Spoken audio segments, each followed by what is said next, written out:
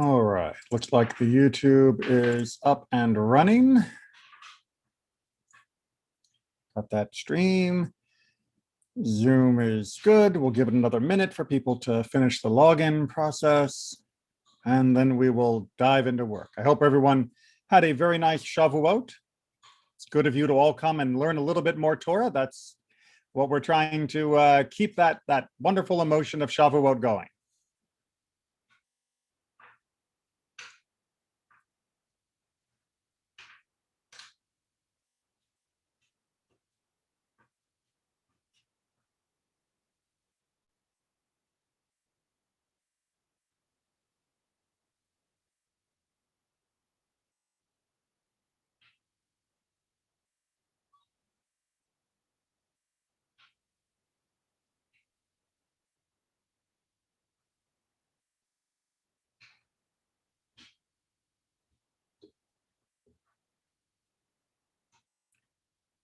All right, I'd say that's about a fair enough time delay to make room for late additions. So let's go ahead and get down to work. So we are actually going to do a little Torah today, a lot of Tanakh today, and then our commentary, which means I'm going to be pulling the old switcheroo. So we're going to look a little bit at the issue of Nazirut, of someone being a Nazirite. And then we're going to look at the most famous case of that, the most famous Nazir, which is Samson. But really, to look at Samson's Nazirut, we need to look at his parents. And again, in particular, his mother. So we're going to take a little bit of a tour on this topic and then wind up in our commentary as usual. Very important clarification at the start, because a lot of people seem to be mistaken by the similarity of words. Being a Nazir is not the same as being a Nazarite.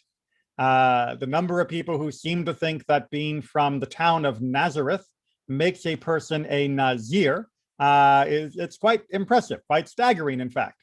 But there is no connection between those words.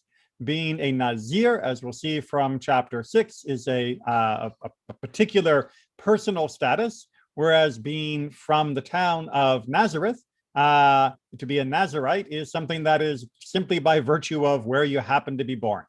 So there is no connection, and just put those other words aside. We are talking about being a Nazir. What does that mean? Well, let's dive into the Torah and find out. So we are in Bamidbar chapter 6, that is to say, the book of Numbers, chapter 6. The Lord spoke to Moses, saying, "Speak to the Israelites and say to them, if anyone, man or woman, explicitly utters a Nazarite's vow to set himself apart for the Lord, he shall abstain from wine and any other intoxicant. He shall not drink vinegar or wine of any other intoxicant. Neither shall he drink anything in which grapes have been steeped, nor eat grapes fresh or dried." So when you make a Nazarite vow, when you become a Nazir, you become a person that is going to have a special set of restrictions voluntarily taken upon him or herself. And you will be noticing that this is explicitly something that a man or a woman could vow for themselves.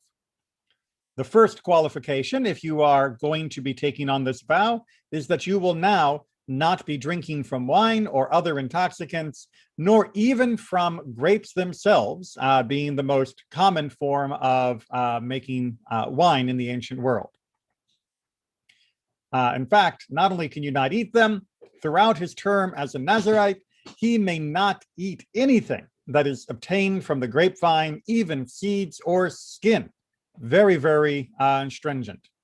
Throughout the term of his vow as a Nazarite, no razor shall touch his head. It shall remain consecrated, meaning his head, until the completion of his term as the Nazarite of the Lord. The hair on his head shall being left to grow untrimmed. So we now have a second qualification, which is don't cut your hair. Verse 6. Throughout the term that he has set apart for the Lord, he shall not go in where there is a dead person. Even if his father or mother or his brother or sister should die, he must not defile himself for them, since hair set apart for his God is upon his head. So the terms of the vow require that he not be come into contact with the dead, which would make him ritually impure. And that means that during the terms of his vow, that he is not allowed to go to attend to the body of the deceased, even for his father, mother, brother, sister, which, if you remember from our discussion of Kohanim, even the regular Kohen who do not defile themselves for the dead either, are allowed to do that for these people. A Nazir is not able to do that. And verse 8, throughout his term as a Nazirite, he is consecrated to the Lord. And then it talks about what happens if somebody does die near him, which is beyond his control, and which would nonetheless end his status as being pure from that type of ritual defilement. He then has to undertake a certain sacrifice because of the consequences that happen there. Just let me move down here. That we can then see that at the bottom of 13 and onwards, we see what the actual normal version would be of the sacrifice that a Nazir brings when they finish their term as a Nazir. Now, we're not going to go into more detail than that, because we're going to go look at the story of the most famous Nazir, the story of Samson, or rather the story of Samson's foretelling. But before we dive into that, does anyone have any questions here from the first parts of chapter 6?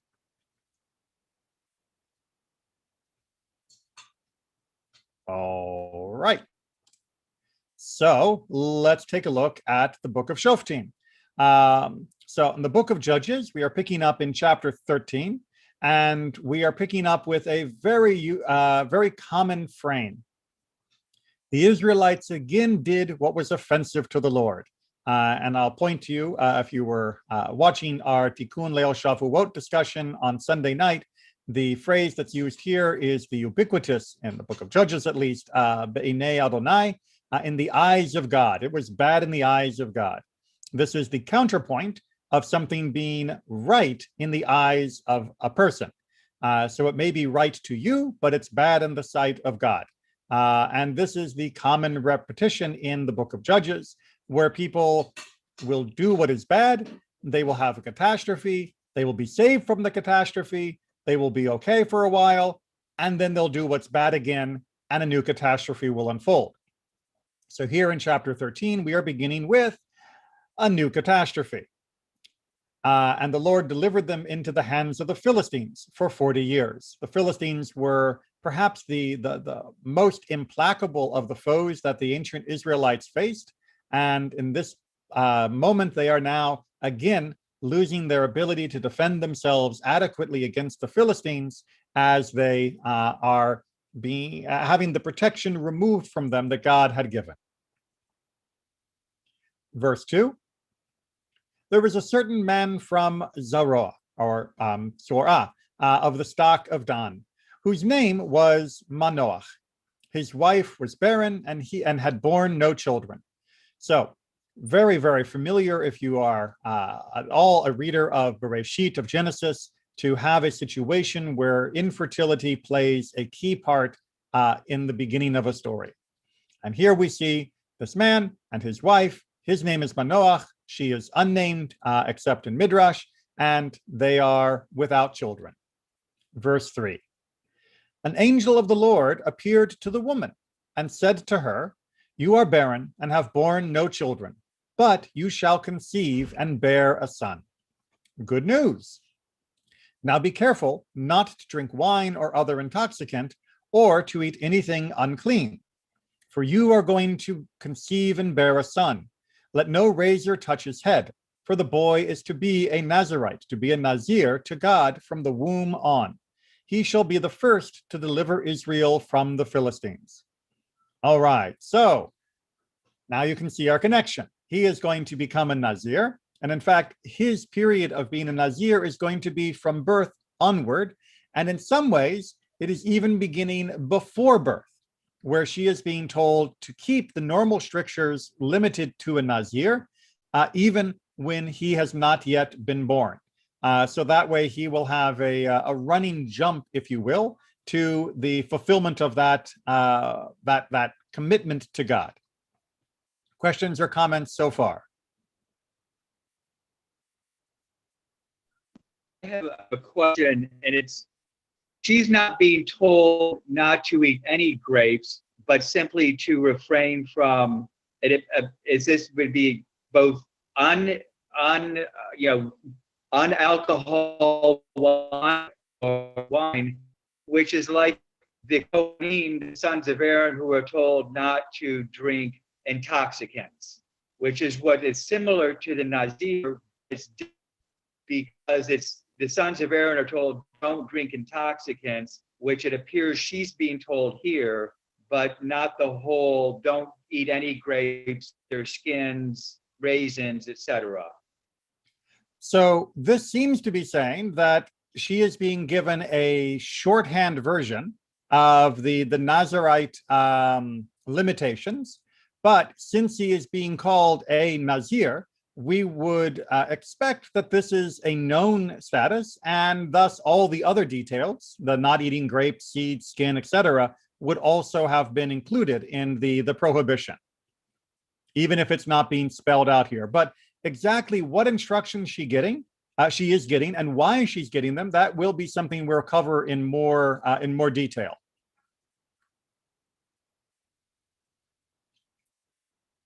You may also notice that at the end that we find out that he will begin the process of delivering Israel from the Philistines. This is an unusual phrase, since it implies that he will not be the last to deliver the Israelites from the Philistines, that there will need to be more than one. We don't actually get a full and complete deliverance from the Philistines and into their difficulties until the time of King David. Verse 6, the woman went and told her husband, a man of God came to me. He looked like an angel of God, very frightening. I did not ask him where he was from, nor did he tell me his name. He said to me, you are going to conceive and bear a son. Drink no wine or other intoxicant, and eat nothing unclean, for the boy is to be a Nazirite to God from the womb to the day of his death. So she goes home and she reports what the malach, what the angel said. She also reports her feelings about being in the presence, that he was a man of God, he was like an angel, and that his presence was quite awe-inspiring, that it was Nora Me'od, which can mean incredibly awesome, but remembering that awesome means more than just it's cool. Awesome means that it is something that is overwhelming as an emotional experience. If you are paying attention, you may also notice that what she tells her husband is not a word-for-word verbatim repetition of what the angel told her, that she modifies a few of the lines. This is, again, a good reminder of how close reading works. We are going to pull apart the decisions of what she removed and what she added when we get to our commentary. Everyone still with me? All right. Verse 8. It seems to me that the repetition of don't eat anything unclean means that kosher, wasn't prevalent at the time. I mean, it seems to me, okay, it's a prenatal advice, don't drink alcohol, but it seems a repetition of don't eat anything unclean, which means that people were doing that. All right, so that phrase, not eating anything that is tameh, unclean, ritually impure, that usually means don't eat, pigs, camels, meat and milk. Don't eat anything that's not kosher, which is a bit of a head scratcher. because, well, yeah, that's like a whole set of commandments of things we don't eat. So why are you telling me why are you telling me to keep kosher? That's not unique to a Nazir. That's standard Jewish practice. So indeed, we're going to have to look at some commentary to try and unpack that. One interpretation, as you suggested, is, well, maybe a lot of people were not keeping kosher, and maybe the Malach was trying to say, look, you've got to be better than average, because average right now is not so great. And this may be one of the many things that we were doing that was not right in the eyes of God. Maybe eating things that were treif was so commonplace that the angel felt it necessary to remind her of the actual commandments. On the other hand, it sticks out because the other commandments that are being listed here are unique to being a Nazir, and that seems odd to mention this separately. So that's why we're definitely going to have to take a look at some commentary on that. And then in verse 8, Manoach pleaded with the Lord. "Oh, my Lord," he said, "please let the man of God that you sent come to us again, and let him instruct us how to act with the child that is to be born." All right, so how would you characterize Manoach's response? Because remember, he's been quiet up until this point. Anybody want to try and describe the character of Manoach at this stage? I don't think he believes her. All right, so in a sense, so one way. Go ahead. Okay. No, go ahead. So in what sense? I don't think he believes her in a sense that he wants this man of God who she's met to come again in his presence so that he can instruct him on that this is actually happening. Okay. And he doesn't quite believe her. All right. So indeed, we can read this as him saying, I'm not sure if she got the message right, that he wants the instructions directly. And that is borne out by the way the Hebrew was worded. You know, it's let him instruct us, because he's already been given instruction, or the Isha Elohim has already given instructions to her, but now he wants instructions to us. And when he says specifically, let him come again to us, that it's not enough that he already came once to her, he wants the experience as well. So there could be some doubt. There could be some questions of whether she got the instructions right. It could be that he's not 100% sure that it really was a Isha Elohim or a Malach, that it was the man of God or an angel. A man of God could be a term used for a Navi, a prophet, as we see in other parts of Tanakh. So there are many different things that might have happened. Maybe he's just trying to be sure. Was this a prophet? Was this an angel? Did she get it right? Did she get it wrong? She seemed a little confused and overwhelmed after all. So perhaps he's just being careful. Perhaps he's being doubtful. Perhaps he's being chauvinistic. Why did the Malach come to her and not to me? Maybe he's just desperate for the same spiritual moment. But it definitely is a little uncomfortable that he is asking for a repetition of what already seems to be clear instructions. However, in verse 9 and 10, Rabbi, go ahead. Yes, John. I think, well, maybe he knows his best and knows she can be sketchy at times with her answers and responses, and is not perhaps the best communicator in that marriage. And so he wants to make sure. He wants to make sure. I mean, because the news that she's giving him is pretty incredible, and that is the kind of thing you may want a little verification on. Well, thankfully for our history, God heeded Manoach's plea, and the angel of God came to the woman again. She was sitting in the field, and her husband Manoach was not with her.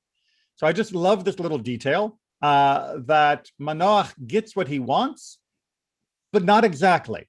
That the angel comes again, but again it comes to her and her alone. And then the woman ran in haste to tell her husband. She said to him, "The man who came before has just appeared to me." So she goes to get him, and they come back together. Manoach promptly followed his wife. He came to the man and asked him, "Are you the man who spoke to my wife?" "Yes," he answered. And then we get a repetition of the instructions. Then Manoach said, "May your words soon come true. Be nice to have a baby. What rule shall be observed for the boy?" The angel of the Lord said to Manoach, "The woman must abstain from all the things which I warned her." Like, I already told her this. She must not eat anything that comes from the grapevine or drink wine or other intoxicant. So here we can see that indeed it is the general rules of the Nazir, or eat anything unclean, which we're still going to have to unpack. She must observe all that I commanded her. Now, that's the end of the instructions. They go on to witness his departure. Manoach shows himself to be a little illogical by saying, "We're all going to die. We just saw a divine being." And his wife points out to him, he wouldn't have given us this prophecy and a set of instructions if we were just going to die from having met him. So it's going to be okay, dear. But I want to focus instead on the rules that were given and Mrs. Manoach's role in all of this, because even though she is unnamed, she is clearly the main character. She is the one that is facilitating everything that is happening. And she is the one that is doing what is right pretty much in each step, whereas Manoach seems a little bit more iffy. So it will be mostly from her actions and her words that we'll be learning some of the insights, not just into Nazirut, but into general behavior. Any questions on this section from Judges 13 before we go to our commentary?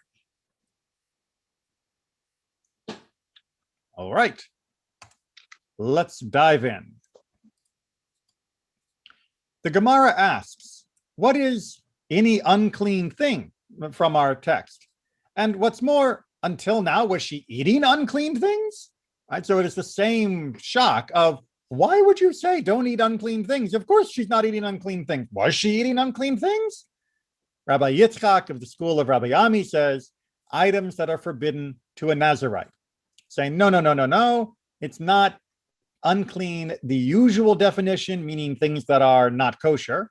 It is unclean, meaning things that are prohibited to a Nazirite.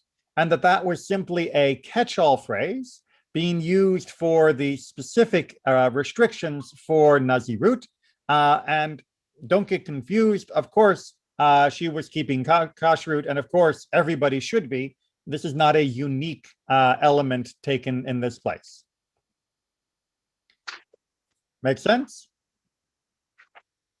It's quite a convincing argument, I think, and we've seen in plenty of other places that the term for what is clean and unclean has a wide range of meanings depending upon context, and I think this is a fair analysis. All right. Now we pick up on, well, what is this trying to tell us about the whole barrenness and all of that? I mean, after all, does everybody who's special have to come from a barren family? But there's an insight here that goes beyond just the hope for fertility. And Isban had 30 sons and 30 daughters he sent abroad, and 30 daughters he brought from abroad for his sons, and he judged Israel 7 years. Judges 12:9. So this is from the tail end of the previous chapter, where we find that he had a large family, to say the least, and that he married many of his daughters out, and he married many daughters in to his sons. What does the Midrash teach us about this? For each one of them, he made 2 wedding feasts, one in the household of the father and the other in the household of the father-in-law. But to none of them did he invite Manoach. For he said, How will that barren mule ever repay my hospitality? All right, let's make sure we understand the social critique that's happening here. This is a person who was doubling up on the main feasts of weddings by having one in the household of wherever the father was and one in the household of the father-in-law. But he chose not to invite Manoach to any of those feasts. Why? Because you only invite people to parties because that way you get invited to their parties. That's how it works. Social reciprocity. I give you a wedding present, you give me a wedding present when it's my turn. That's the main reason to do it. And the Midrash is not happy with that attitude. The Midrash is not saying this is the right way to behave, but is instead quite critical of his treatment of one of his fellows, and especially of him disparaging him because of the infertility that he is facing. And the consequence, all of them died in his lifetime, meaning the children that he had, the 60 kids, unfortunately died before he. So the person who thought he had everything and the person he thought who had nothing, meaning Manoach, it turns out that in some ways it was reversed. That is in line with what people say, meaning the popular aphorism of the day. In your lifetime, you begot 60. What good are the 60? Marry again and get another one brighter than all 60. Meaning you don't count your chickens before they're hatched or even after they're hatched. You don't stop just because you think you have enough, because you never know what can happen in life and you never know whether the next will be even better than the previous. And you should not be thus scornful of the others. For indeed, the one that comes next, Samson, is going to have a status of fame and a contribution to the defense of the people that is incredible. And that additional one in the scope of the national narrative is even greater than these other 60. Everyone follow that critique and insight? You don't make fun of infertile people, and you don't do wedding feasts just because of reciprocity and I scratch your back, you scratch mine. You do it because you're part of a community. All right. So now we move to Bamidbar Rabbah, and we see that there is actually a debate. As we saw here, it says that that his fellow thought that he was barren, but when we were reading through our text in Shoftim, the Malach said that she was barren. What's going on here? Well, the Midrash claims that their lack of children resulted in a quarrel between Manoach and his wife. He would tell her, "You are barren and cannot give birth," while she would charge him, "You are sterile, and therefore I do not give birth." Modern day, we have tests to try and establish fertility. Ancient world, we had no such luck. There would not be a quick and easy and universally accepted way of establishing who was and who was not barren. When the angel of the Lord appeared to her, he informed her, "You are barren and have borne no children, but you shall conceive and bear a son." The angel mentioned barrenness in order to effect shalom bayit, domestic peace. He tells her that she is barren, and this is why she has not become pregnant. So in order to remove the strife between them, the angel reveals to her that it actually wasn't a physical limitation of Manoach, but a physical limitation of her. This is not to shame her or make her feel despondent, because after all, she is being given the good news that she is about to conceive, but it is to try and settle the debate so that they do not need to continue to argue over who was or wasn't barren prior to the conception of Samson. So sometimes keeping your mouth shut provides shalom bayit, peace. Sometimes information given, especially in this case discreetly, also can provide shalom bayit by removing one of the people from the argument. Questions or comments on that?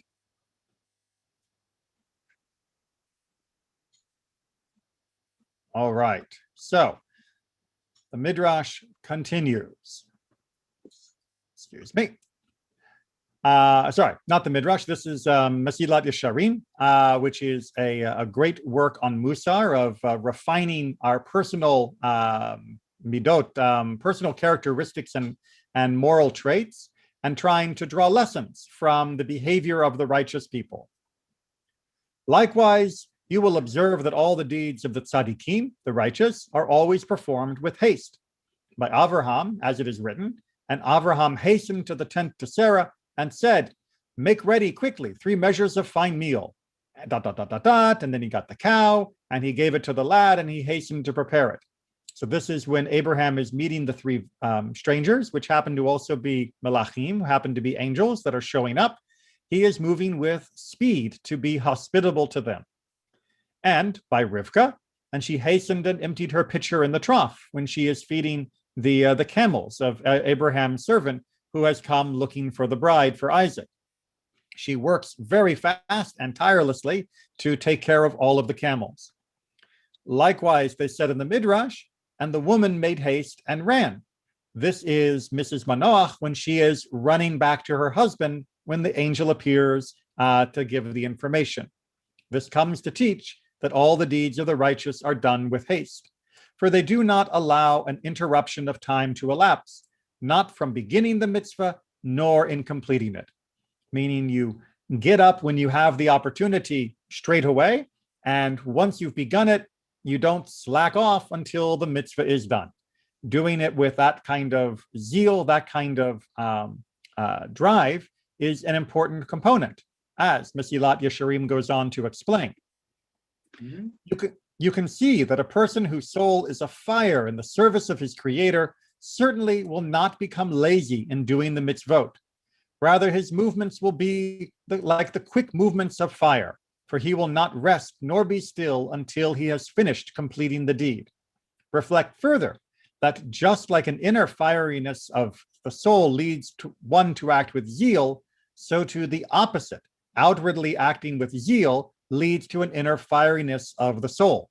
Namely, when one feels himself performing a mitzvah with great swiftness, this will move his inner being to kindle a flame also, and the desire and want will increasingly intensify within him. So his first lesson that he's getting from this is not just that those who are passionate to help and serve God will move quickly, but if you move quickly while performing a mitzvah, an act that you know is a commandment of God, you will find that the fire inside of you gets built up for the service of God. That just as the fire can lead to fast service can lead to the fire. This is a general truism that Judaism holds for most of life, which is sometimes you will be inspired and move of your own accord. Sometimes you will do it because you are commanded, but by doing the commandment with the proper spirit, attitude, and in this case, physical motion, you will make sure that that fire inside of you is built up stronger so that you are doing it with passion, not only out of obligation. And that circle of obligation leading to passion and passion leading to the fulfillment of the obligation and the way that it reinforces itself constantly is one of the great psychological insights of Judaism.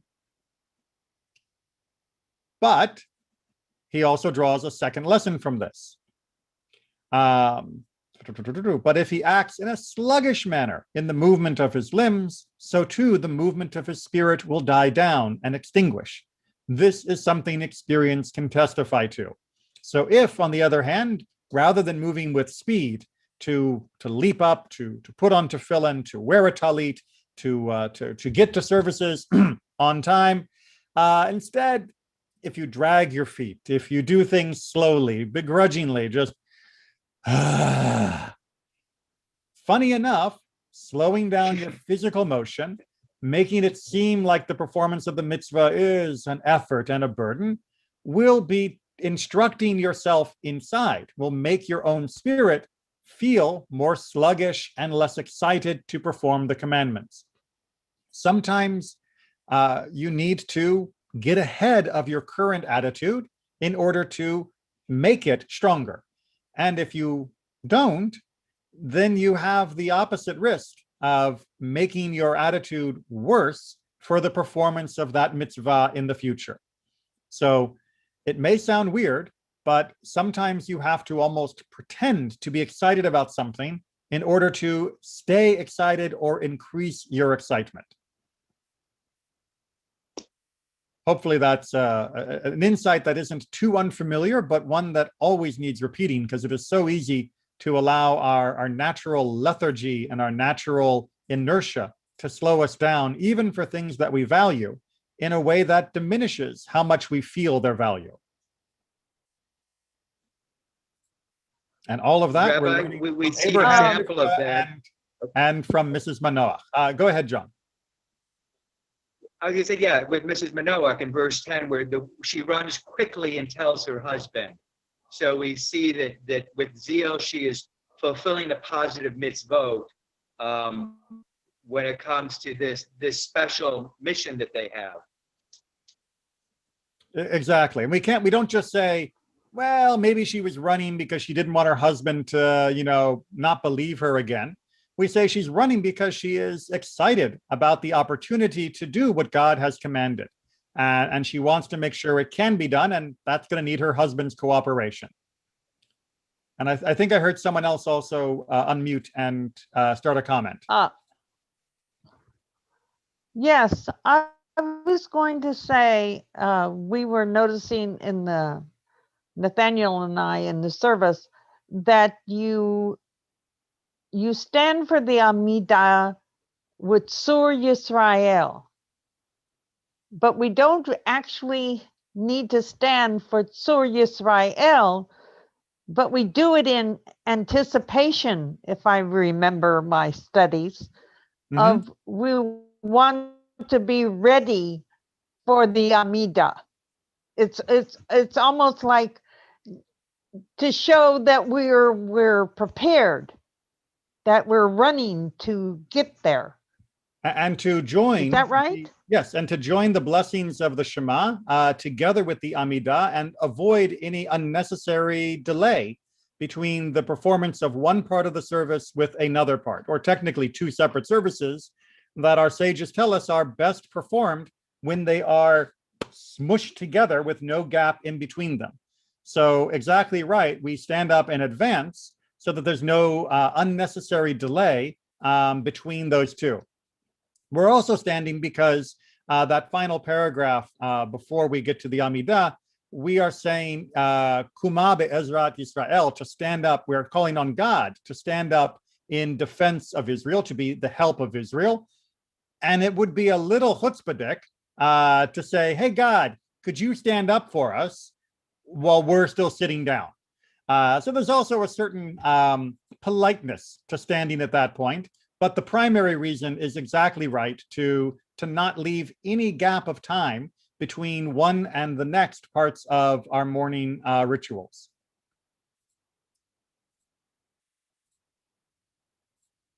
All right, moving on to some additional understandings of what was going on with Mrs. Manoach and all of that.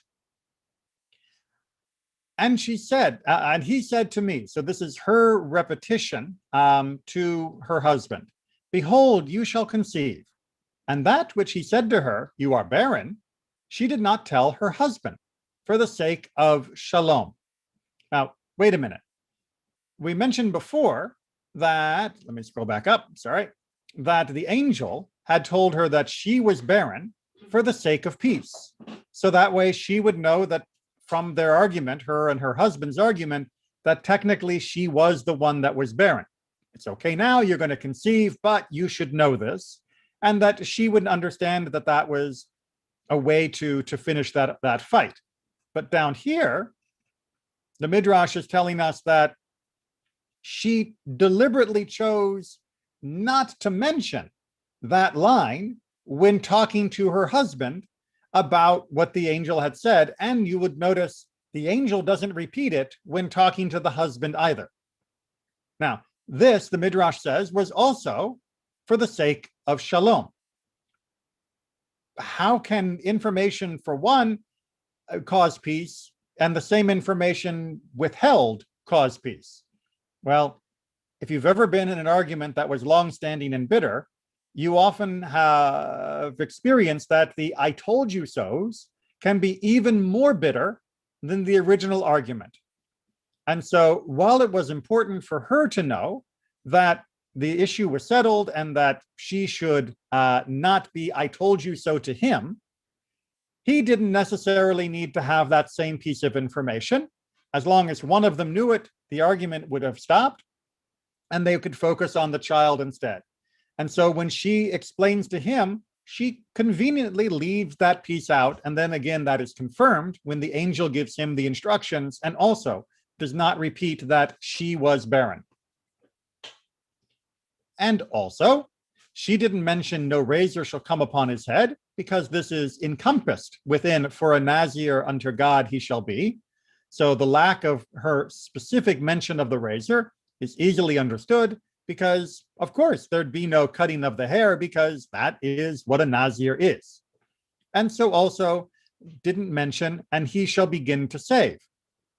You may have noticed that when she is telling him, she doesn't actually explain why this rule is being given for their child. She just says, this is what this angel has told me, and doesn't give the explanation to her husband that was given to her. The idea that this is going to deliver them from the Philistines. Why? For since the Philistines ruled them, she feared the matter would become known and they would kill the child. You don't go around bragging about how your kid is going to overthrow the evil empire unless you want the evil empire to kill your kid. You know, even Obi-Wan Kenobi hid the kids of Anakin Skywalker. I mean, you just don't go around taking out full-page birth ads about how your kid is going to be the savior of the nation while your nation is still subjected to the rule of the Philistines. However, this does also imply that the angel felt that she could be trusted with this knowledge or needed this knowledge, but that her husband did not, or perhaps could not be trusted with that same information because he might share that with other people in the community and the word would get around. So the information was given to only one person, I think quite deliberately.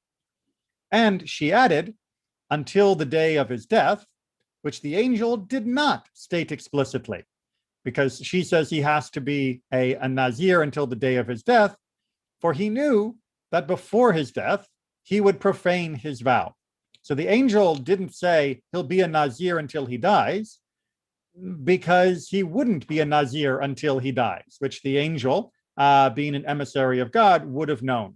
But she assumed that since it was coming from the time of birth, and since it would be as his part of his service to the nation and defense against the Philistines, that he would be a Nazir until he died. It never occurred to her that her son might mess up, might break the vow, might ruin his vow before he actually died. He did try to redeem himself at the end, but yes, there was that whole problem with Delilah that led to a lot of heartache. So a careful choice of which words to share, which words to add. Very interesting, close reading of the text that our sages did to try and teach us as well about how we should both repeat or not repeat things that we have heard. Questions or comments before we get to a little bit more about Samson himself? This has all been sort of the build up to the guy who is most famous. So hopefully at one time or another, you have read the story of Samson, not merely seen one of the old Hollywood pictures about Samson, because he is a very interesting character. And he is a pretty flawed character. He is not what you would consider to be a typical Jewish hero. But for some reason, he is given this role. Well, the Ralbag, for my money, gives the best explanation of why this happened. Since it was revealed and known before he who spoke in the world came into being, that Samson would chase after women and be punished via them, God planned that from birth and from the womb and from conception, he should be kept away from this. He therefore wished that he would be a Nazir of God. For holding back from drinking wine helps a lot for this matter. So we'll get to the proof text for that in a second. But basically, God knew that this was a person who would be tempted by women. And indeed, all of Samson's problems came from the issue of women. And all of his deliverance for Israel came because of issues with women. It was a very unusual circumstance. So God tried to give him a buffer to avoid it being too much of a problem too early before he had a chance to accomplish anything at all. Now, why would they consider wine to be a major contributing factor towards the messing around with women problem? Well, the sages said, whoever sees a sota in her disgrace should swear as a Nazir with regard to wine. Meaning, if anyone sees a sota who is a suspected adulteress who has to go through a very difficult ritual, then they should swear as a Nazir to, I'm not going to drink anymore, because they can see what drinking often leads to. The rabbis believe that the suspected adultery, the lack of judgment, would often come due to a little too much drink. And so therefore, you should learn from that lesson and control your own self better. And through a period of self-discipline, through the Nazir vow, you could learn to temper yourself to make sure that you don't make similar mistakes. And of course, the issue of the sota comes in the chapter right before the issue of the Nazir. So because they are back to back in the Torah, there is a strong indication that one can cause the other. Everybody got that logic? If you want to know more about sota, you can check out my Mishnah series on sota in its totality. And from this reason, the angel warned his mother from drinking wine or strong drink and eating anything impure to inform about the holiness of the lad who would be born. For this is in order that they would come to raise him in holiness, treating him special, again, building extra fences. And this too was the reason to guide him, such that he would be separate from the vanities of the world, from the bodily desires. And for this reason as well, he commanded that he not pass a razor upon his head to inform as to his holiness. For all this is part of distancing from the failing in the matter of intercourse as far as possible. Now, he does still trip in this. He does still mess up in this. He does still get redeemed through this. But the idea here is that the reason he needed to be a Nazir was precisely to give him enough support and strength and help in overcoming what would be his own natural inclinations, such that he could live a pretty good life, avoiding the problems as long as possible, and having the problems only in ways that would at least lead to some benefit for the community around him. It's sometimes hard to come up with how are we going to make the best of this unfortunate tendency in him, but it seems that God found a way to prevent the worst of it from happening. We can only imagine if Samson had taken out his lust on his neighbors' families or the rest of the Jewish community, that it would have weakened us even worse during this time of Philistine oppression.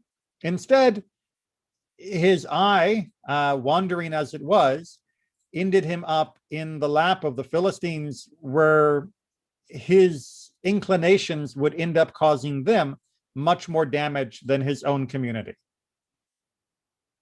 If you want to put if you know the bear is eventually going to be in a china shop, you want to keep him tethered until you can walk him into the bad guy's china shop. And this was God's way of keeping him a little bit under control for the first part of his life. Questions or comments before we leave our friend Samson, a very tragic figure? Rabbi, in these days, men wear kipparot, a kippah, to remind themselves of their status before God and to perform the mitzvot. In those days, I assume it was not common for men to wear kipparot. So Samson, with his hair, he always has something on his head to remind himself, I'm different. I have different rules that apply to me. Because we see, in the rest of the story of Samson, he tends to spend a lot of time socializing with the Philistines, to put it one way, and they're a bad influence. And so this reminder that he has on his head, with his hair, he always has Right. something I'm on sorry, his we're getting a head bit of a to echo. remind himself. That was very odd echo, cycling back and through. So yes and no. Absolutely, the addition of hair on his head would have been a constant reminder of his status as a Nazir, and done for exactly the reason that you are describing. So this reminder that he has on his head, with his hair, he always has. Sorry, we're getting a bit of an echo. To remind himself. That was very odd echo, cycling back and through. Yes and no. Absolutely, the addition of hair on his head would have been.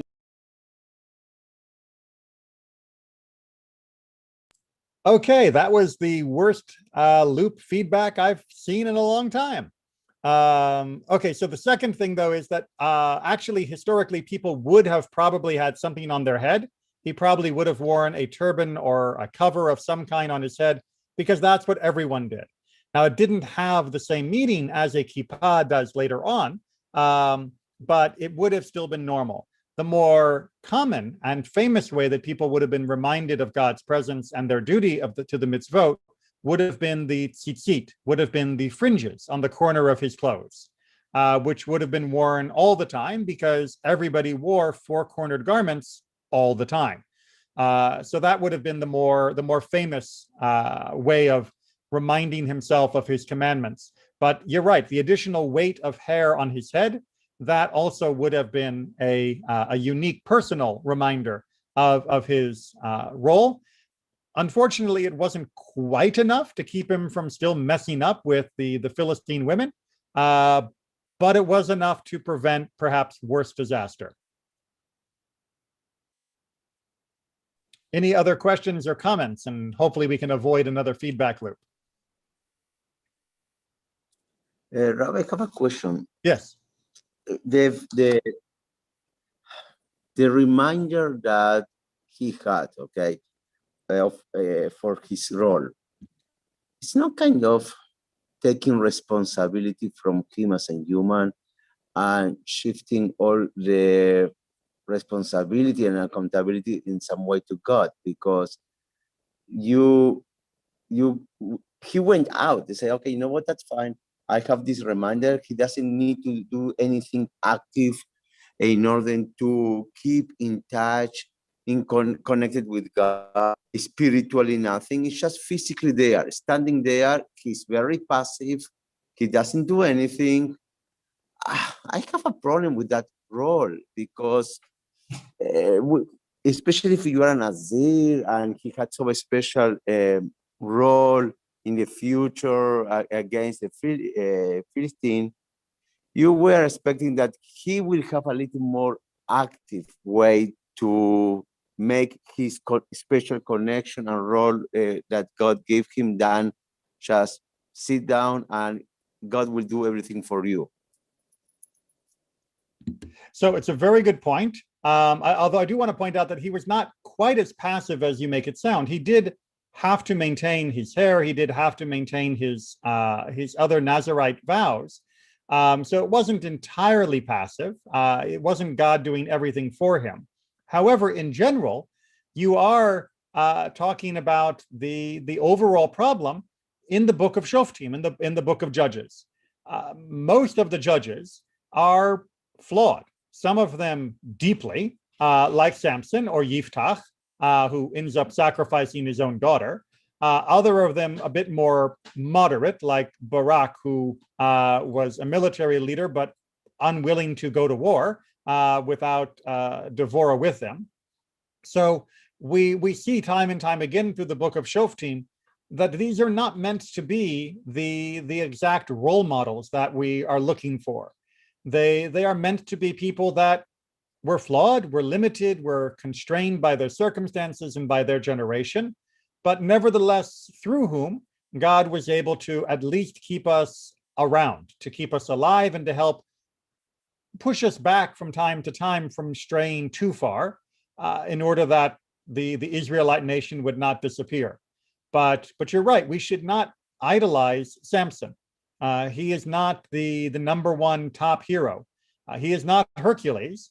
Although if you read the stories of Hercules, you'll also realize that Hercules isn't a great role model either, even though he gets a lot more attention in the Greek myths.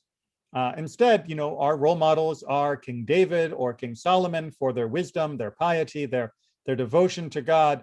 We do have better role models than Samson, but the fact that he is this transitional figure is precisely the point that the book of Judges is trying to make, that none of the judges were really perfect. None of the judges were absolutely, knocked down. This is great. We're going to be fine now. Some of them were good, at least in their lifetime. Others of them weren't even good for that long. But yeah, you're right. Samson is not somebody that we should look to as being a primary role model. Rabbi, now I remember something else that I read in a book, kind of historical book, okay, kind of, that very interesting also what happened with the tribe of Dan.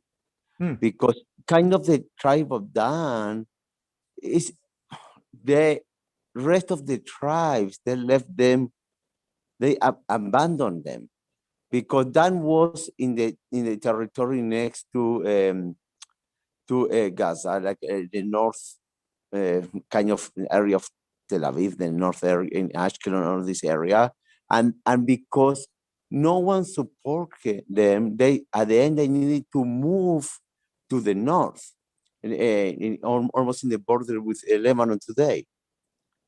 So I don't know if it's connected or not with this story, but also it's very tragic what happened at the end with the tribe of Dan, that they left them to fight alone against the Philistines, the most powerful enemy, and at the end they lost. They needed to took all the material that they had, everything they had, and move all the tribe to a different territory on the north, because they couldn't live more in the area that were assigned by Joshua.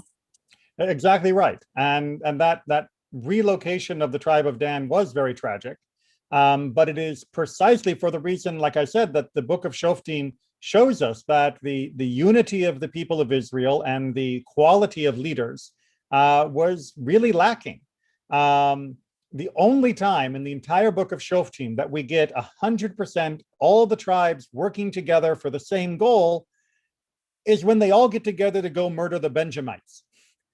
It's like the only unity we ever get is when they all gang up to kill the Benjamites after the horrible story of the concubine.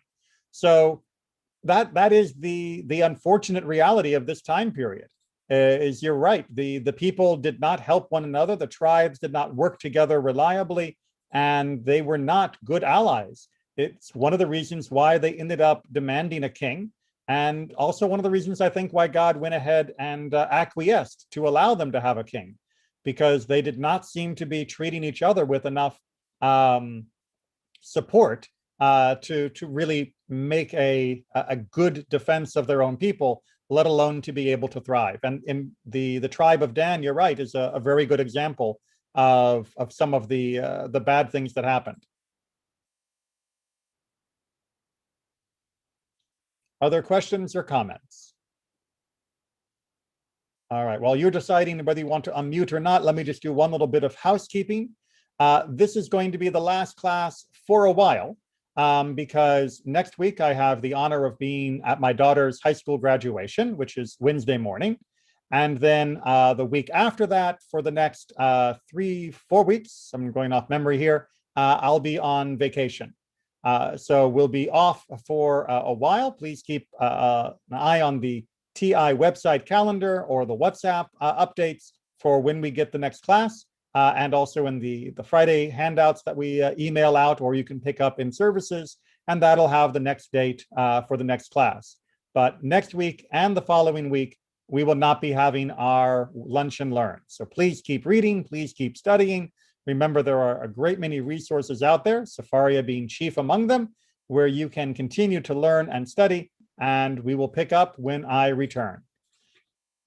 Take care, Thank you, everyone, and Rabbi. be well. Thank you, Rabbi Yeshua.